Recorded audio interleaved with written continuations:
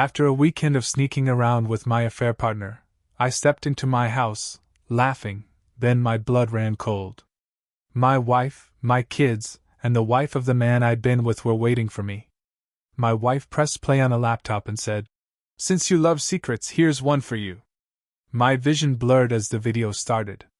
I'd been married to Rachel for 11 years. We met in college, fell fast, got married in our mid-20s, and had 2 kids, Maya who's 10 and Zach who just turned 7. We live in a small town outside of Charlotte, North Carolina. Nice house, decent jobs, everything looked normal from the outside. But inside? We were stuck. Conversations became schedules and grocery lists. Sex dried up. Affection turned into obligation. We didn't fight much, just drifted. I told myself it was normal, part of marriage. Everyone goes through it, right? Then I met Jenna. She was at a real estate conference in Raleigh, summer last year. I was there representing the mortgage lending firm I work for. She was a realtor from Charleston, tall, sharp-tongued, and loud in all the ways Rachel wasn't. We ended up sitting next to each other at a breakout session. One sarcastic comment led to drinks. Drinks led to flirting. Flirting led to texts that should have stopped but didn't. 6 months later, we were meeting up about once every other month. Sometimes we drove halfway and booked a cheap hotel. Other times we'd use business as an excuse. Our last meetup was in Tampa. I told Rachel it was a leadership retreat. Jenna told her wife Tori she was at a friend's wedding. That weekend was wild. We drank too much, laughed too hard, and didn't leave the room much. I felt invincible, like none of it could touch me. I was sure we were careful. Jenna said the same. We both had kids. We knew what was at stake. Sunday night I got home around 6:30.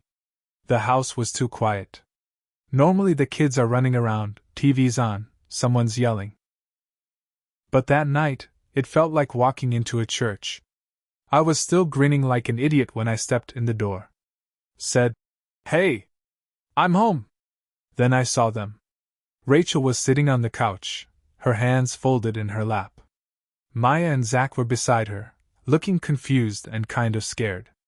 And next to them was a woman I had never met in person, but I recognized her.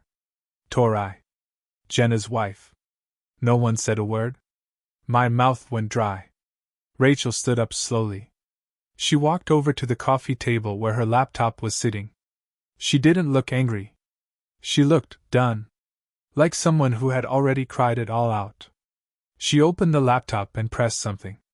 "Since you love secrets," she said, staring straight at me, "here's one for you." The video started. First it was audio, my voice. I recognized the hotel room background noise, my stupid laugh, the way I called Jenna baby. Then the video kicked in.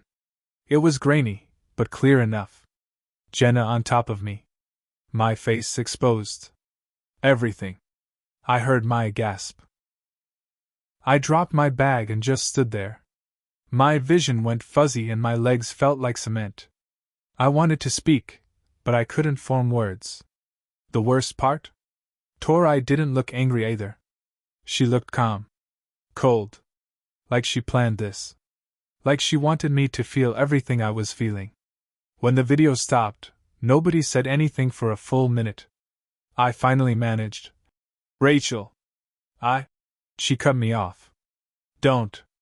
Just don't." Zach started crying, asking why Mommy was sad. That moment is burned into my head forever. And it only got worse from there. I stood there frozen while my son cried, and Rachel didn't even move to comfort him. That was the first time I realized just how far gone she was. Normally, she would have scooped him up, wiped his tears, said something soothing. But now, she stared at me like I was a stranger who just broke into her house. "I want you to leave," she said finally. Her voice didn't shake. She'd rehearsed this. "Rachel, please get out. Now." I turned to Tori, hoping for I don't even know what. Some sign that this wasn't real, that maybe this was just a scare tactic. But she met my eyes and smiled, just a little. I found the texts a month ago, she said, folding her arms. Went digging. Turns out Jenna's not great at deleting things. Rachel and I found each other through a message thread. We've been planning this for weeks. Weeks. I looked back at Rachel. You used the kids to ambush me? She stepped toward me. No. I wanted them to see who their father really is. Rachel, please, can we just talk? No, she snapped. I don't owe you that. I tried to talk to Maya, but she turned her face away. I left. I didn't even argue. I got in my truck and drove to the only hotel in town that wouldn't cost a fortune. I sat in the parking lot for half an hour just staring at the wheel. My phone buzzed over and over. Messages from Jenna. Calls from an unknown number I assumed was Tori. I didn't answer any of them. The next morning, I tried to call Rachel. Straight to voicemail. I texted her. Nothing. Then, around noon, I got served. It was all there. Divorce papers. Emergency custody motion. A temporary restraining order keeping me away from the house and the kids. It was like she'd had it all drawn up just waiting to push the button. I lost it. I threw my phone across the room. The screen shattered. Later that night, I got an email from an address I didn't know. No message, just an attachment. A file with dozens of screenshots, texts, photos, even recordings. Everything Jenna and I had shared for the past year. All of it. It was from Tori. The subject line just said, "For when your lawyer asks why." I felt sick. They had everything. Every word I ever said about Rachel. Every joke about our dead bedroom. Every picture of me in a hotel bed. I tried reaching out to Jenna, but her number was disconnected. Her social media gone. Vanished. I didn't sleep that night. I didn't sleep much the next few weeks. But then something strange happened. Rachel's sister, Tara, called me. Said she wanted to meet. I didn't know why. She always liked Rachel more, always sided with her. But I was desperate. I said yes. We met at a diner. She looked uncomfortable the whole time. Then she slid her phone across the table. Press play. It was a voice memo. A recording of Rachel. She was talking to someone, I couldn't tell who, but she said something I'll never forget. I don't care what he does. I want full custody. I'll burn his life to the ground if I have to. He doesn't get to walk away clean. He doesn't get to be the victim. I stared at the phone. Tara said, I love my sister. But this isn't right. I thought you should know. That's when I realized this wasn't just revenge. It was war. And Rachel wasn't going to stop until I had nothing left. I didn't know what to do with that recording at first. I just kept playing it over and over. Rachel's voice, so calm and cold, talking like I was nothing more than a name she needed to wipe off a list. I wanted to believe Tara was wrong. That Rachel was just angry and hurt, not ruthless. But she was. I didn't really understand just how far she'd go until a week later. I went to the bank to move some money into a new account I'd opened. Just something small, enough to pay for the motel and some food. But when I checked my main account, it was empty. Not just low. Empty. I called the bank manager. He said Rachel had come in a few days ago with power of attorney documents, and withdrew everything. Over $23,000. She closed the joint account. Legally. I couldn't believe it. I hadn't even gotten a chance to speak to my own lawyer yet. I scrambled to get an appointment with a local attorney. The guy was blunt, said I was in deep. The video, the texts, the emotional damage, she was setting herself up as the perfect scorned wife. And unless I had something to prove she wasn't just reacting, but plotting, I was screwed. That's when I remembered the voice memo. I gave it to the lawyer, and his eyes lit up. This could help, he said. But we need more. So I did something I swore I wouldn't do. I reached out to Jenna. Her number was still dead, but I found her office listed online. Called and asked for her. They said she was on extended leave. I left a message with my name and said it was urgent. I didn't expect anything. But 2 days later, I got a call from a blocked number. It was her. "Why are you calling me?" she asked. She sounded exhausted. "Because Rachel's trying to destroy me." She was silent for a few seconds, then said, "Yeah. Same." Turned out Tori didn't stop with the video. She went to Jenna's boss, sent copies of everything to her HR department, even mailed a packet to Jenna's parents. Jenna got suspended from her job. Her marriage was over. Her relationship with her parents? Hanging by a thread. "I was an idiot," she said. "I thought we were careful." "We weren't," I said. She sighed. "Why are you really calling?" "I need your help." We met up that night in a Walmart parking lot, of all places. Both of us looked like hell. She handed me a flash drive. It had copies of the same text Tori had used against her, but with her comments included.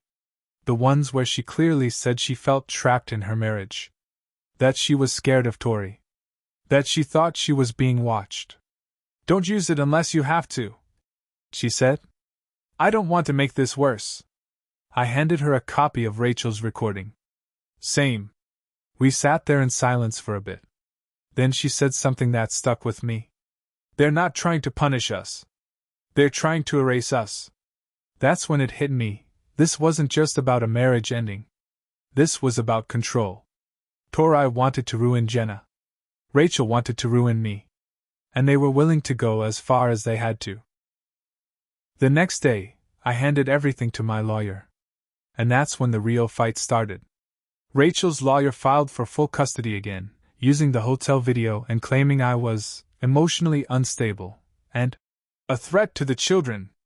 I countered with the voice memo and proof that she'd drained our accounts before even confronting me. But then Rachel did something I didn't see coming. She filed a police report. Claimed I'd hit her once 2 years ago. Said she never reported it because she was scared. There was no proof. No medical record. No witness. But in court? That kind of accusation sticks, even if it's just implied. I was stunned. She never mentioned anything like that before. Not during arguments. Not in therapy. Never. My lawyer leaned in and whispered, "She's playing the long game. She's not trying to win. She's trying to destroy your credibility." And the court was listening. I had to sit there while Rachel cried on the stand, talked about how she found the courage to leave me. How she was scared for the kids. And I couldn't even respond without sounding like the villain. But I had one thing left. Something I didn't want to use, but now had no choice. And once I dropped it in court, everything changed. I didn't plan on using the final card unless it came down to survival. And it had. After the false abuse claim, I realized Rachel wasn't just angry. She was calculated. She was willing to ruin my name to make sure she got everything. The kids. The house. The life. I could live with losing the marriage. I could even accept losing money. But not my kids. Not like that. So I handed my lawyer the backup copy of Rachel's texts. The ones Tara had given me later, screenshots from a group chat Rachel had with 2 of her closest friends. One of them had gone to high school with her and apparently felt guilty. She gave them to Tara after realizing how far Rachel was willing to go. The text spelled it all out. Rachel had started tracking my location months before she confronted me. She used a phone spy app, one she installed on my phone while I slept. She bragged about it. Said she was building a case so she could crush me in court. There were also jokes about using the kids as emotional shields during the confrontation. About getting Tori to go in on it with her. About how fake crying isn't hard when you know you're going to win. I submitted them to the court. My lawyer said it was like flipping the table over. Rachel's credibility took a hit. Not all of it. Some people still saw her as her wife. Which, fair enough, but the judge started questioning her timeline. Her motives. Tori, who had been stone cold through the whole thing, got subpoenaed and broke under pressure. Turns out she had been tracking Jenna the same way. Had even installed a keylogger on her laptop. Jenna confirmed it. What was supposed to be a clean moral victory for our wives turned into a legal mess. A digital war. The judge delayed the custody decision. Ordered a full psychological evaluation for both Rachel and me. Also called for a forensic tech review of our devices. Here's where it gets worse. The tech review turned up something I hadn't even thought about. One of my emails to Jenna, months back, joked about faking a business trip. I used the company's credit card for the hotel. Even though I paid it back later, that still counted. My company found out during the mess of subpoenas. I got fired. Then Jenna's flash drive, yeah, it helped in court, but it also revealed that we'd met up in Florida during a major storm warning. We both ignored weather evacuation advice to be together. The court used it to argue. Reckless endangerment. Every mistake we made was laid out. And the court didn't care why we did it. Just that we did. In the end, custody got split 50-50, but I had to take supervised visits for 6 months. Rachel kept the house. The kids stayed with her during the week. I got weekend visits. My name wasn't cleared publicly. The abuse claim was dropped, but people talk. Friends picked sides. Most chose hers. I moved into a 2-bedroom apartment across town. Jenna moved to Atlanta. We stopped talking. It just didn't make sense anymore. We both lost too much. Rachel didn't win, but she sure didn't lose either. She still got to play the role of strong mother. Victim. Survivor. But she's alone now. Her friends backed away after the court stuff leaked. Her own sister won't talk to her. And me? I go to therapy. I take my kids to the park. I try to rebuild, even if half the town looks at me sideways. I made a mistake. A big one. But Rachel turned it into a war. And in war, no one walks away clean.